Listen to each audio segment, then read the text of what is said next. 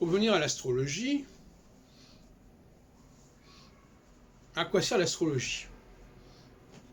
Celle que j'ai élaborée et qui effectivement est assez particulière.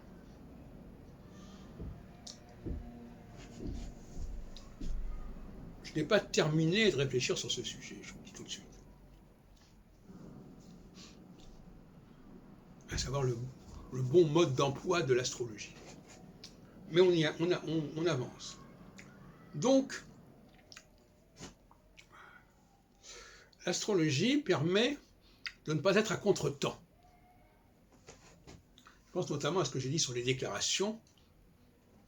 Si par exemple la gauche aujourd'hui est plus ou moins inaudible, c'est parce que ça n'est pas un temps pour elle. Et que tout un ensemble de discours de gauche n'ont pas d'écho. Il faut attendre, c'est tout. Mais c'est pas la peine de s'échiner à vouloir se faire entendre dans une période qui ne correspond pas au genre de discours que l'on est voué à tenir quand on appartient à un certain camp.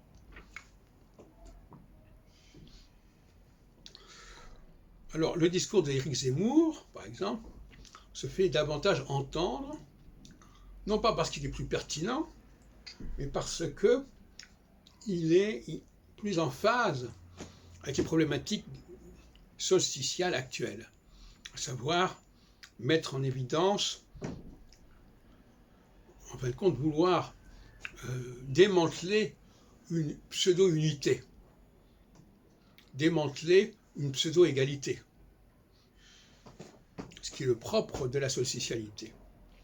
Parce que la solsticialité, elle est dans la verticalité et elle est dans le refus du nivellement.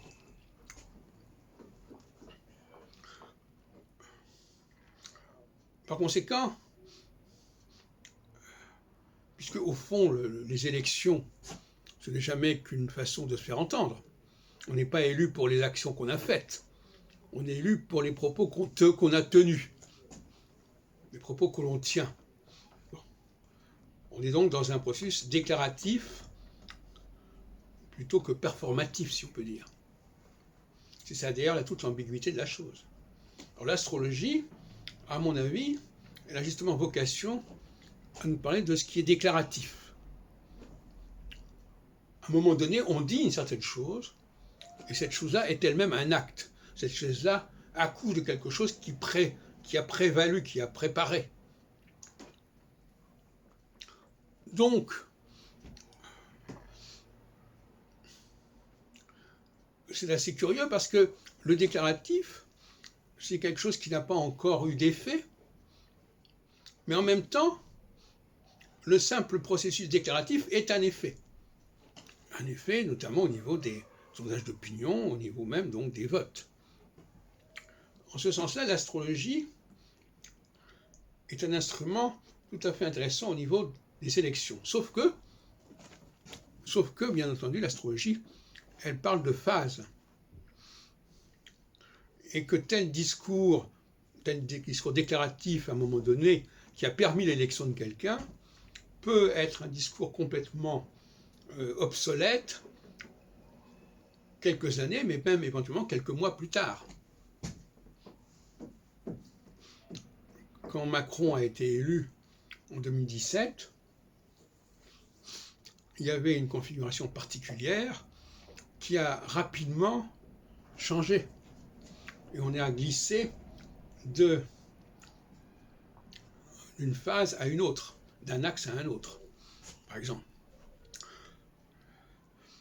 Par conséquent, l'astrologie, elle est indissociable des phases.